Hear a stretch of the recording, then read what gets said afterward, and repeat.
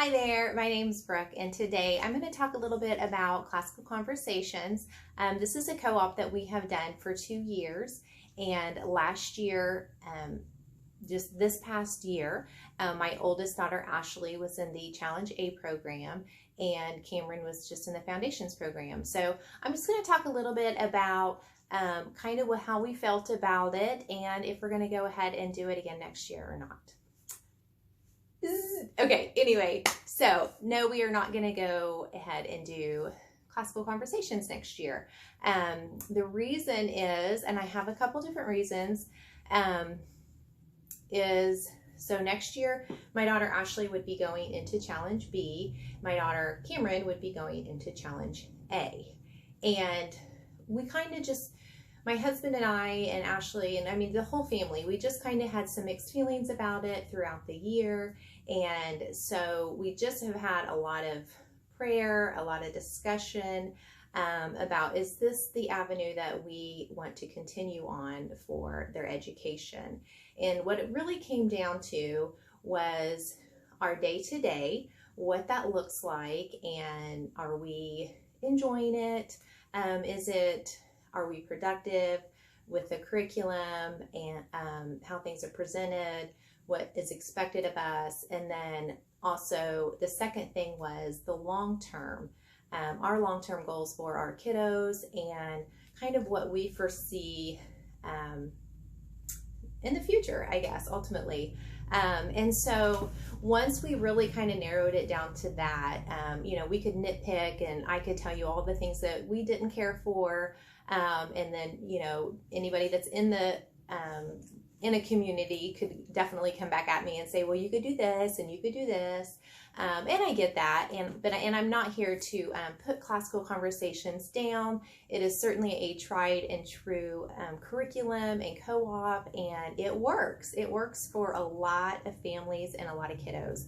It just hasn't worked for us moving forward into that challenge program. So basically, like I said, two reasons, the short term, the day-to-day, and then the long term. So what I hope that you can get out of this video, even if you've never considered CC, Classical Conversations, but maybe you're at a point, at the end of the year that, something didn't work. And so you can say, well, what is our day-to-day in math or within this curriculum? How does that look for us? And long term, how does that look for us as well? Is this something that we're going to want to continue to do? Is this meeting our goals, meeting our expectations for our kids?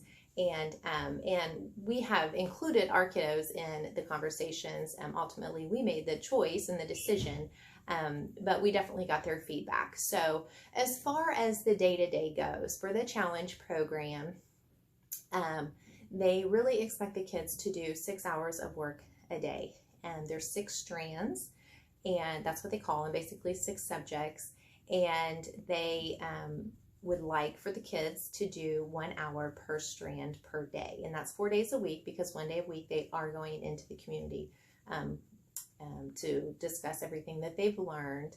And for me and my husband, we are very much into physical fitness, and think that it all comes around full circle. So if you are being physically active, that obviously contributes to blood circulation and thinking more clearly and the brain fog and or lack of.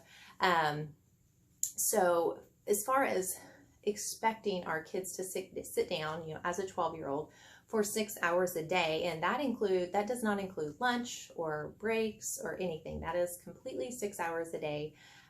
We just were not willing to expect that of our kid on a day-to-day basis. People will say, we'll just scale it back, and we can do that, and we did do that. But ultimately, that curriculum is set up for 6 hours of work a day. So if you're going to get the most out of the curriculum, your kid's going to be up to speed with, the rest of the kids in their class. That's kind of what's expected of them. So at this age, we just did not see that as beneficial for our daughter, and then our other daughter coming up next year. So, and I would like to I'm trying to decide if I want to say anything more about that.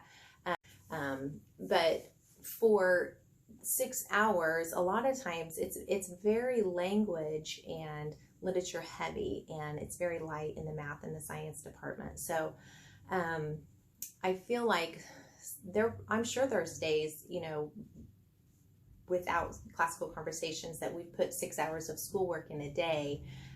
But that's been things that we've been interested in, and things that maybe is more important to us than what they think is more important. They read and read and read and read a ton, and write and write and write and write. So that's just a lot, you know, for a kid for that age. Both my girls are very interested in writing and illustrating stories, and they are active, and we just want to make sure that they have plenty of time to explore their own interest. And so the day-to-day was really kind of a big one for us. And then the second thing and the last thing was that the long-term goals for our girls, for their education, and just looking forward and kind of talking to other moms of challenge kids and all different levels. And we had several challenge classes in our community this year, and discussing it with some of the other students. It doesn't stop at 6 hours, and it just keeps getting more and more and more intense as the years go on. So I was talking with sophomores in high school, and they were doing 10 to 12 hours of schoolwork every day. And then on top of that, on Christmas break, that's what they did. They worked to catch up. And on Easter break, that's what they did. They worked to catch up. And I just do not foresee that as something that I want to put on my kids. If they choose to do that, and they choose to put that much time into schoolwork after the fact, after they've done the schoolwork that I have expected of them. And a lot of times they do a lot of things on their own, but that's interest-led, and that's things that they're interested in, and I want to give them that opportunity to do that on their own. And as far as like the college years, if you know any student that's graduated from the challenge program, or know any students in the challenge program, they are very bright and very disciplined, and that is awesome, and I am so happy for them. But I also feel like there's other ways of accomplishing that. So I feel like we can achieve some great results, some great education for our girls on a different avenue, a different path for them. So, and ultimately, you know, we'll be able to spend more time as a family. And so this video was pretty hard for me to do. I didn't want to offend anyone. I certainly didn't want to hurt anybody's feelings from my local community, because we have made amazing friends. My daughter that was in Challenge A this year, there was 4 kids in her class, and just super kids. The bonds that they formed, their friendships are just hopefully everlasting, because they are such amazing kids. She had a wonderful director. My daughter that was in foundation, she had a wonderful tutor.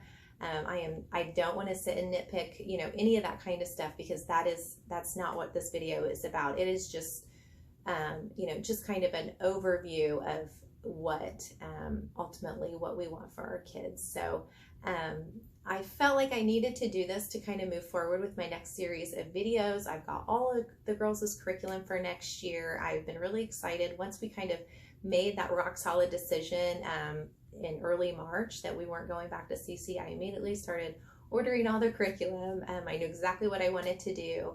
So I got those videos coming up. Yeah, but I really wanted to kind of put this out there to kind of let you guys know what's been going on. I don't think I've mentioned my oldest daughter all year because she's been in Challenge A, and so I just kind of let that go. If anybody would like to see what she did in Challenge A as far as her curriculum goes, a lot of it is things that you can buy. You know, it's not all exclusive to Challenge, the Challenge program. For writing, she did Lost Tools of Writing. They did Henley Latin. They had a pretty cool geography book that they worked out of. yeah. So anyway, if nobody wants to see that, that's absolutely fine. I could do a flip through and kind of show you and kind of give you a little rundown of how we felt about the curriculum that they have. But other than that, I am ready to move forward to next school year. So thank you guys for watching, and I hope you're having a great school year or finishing up like we are. So bye-bye. Hello there.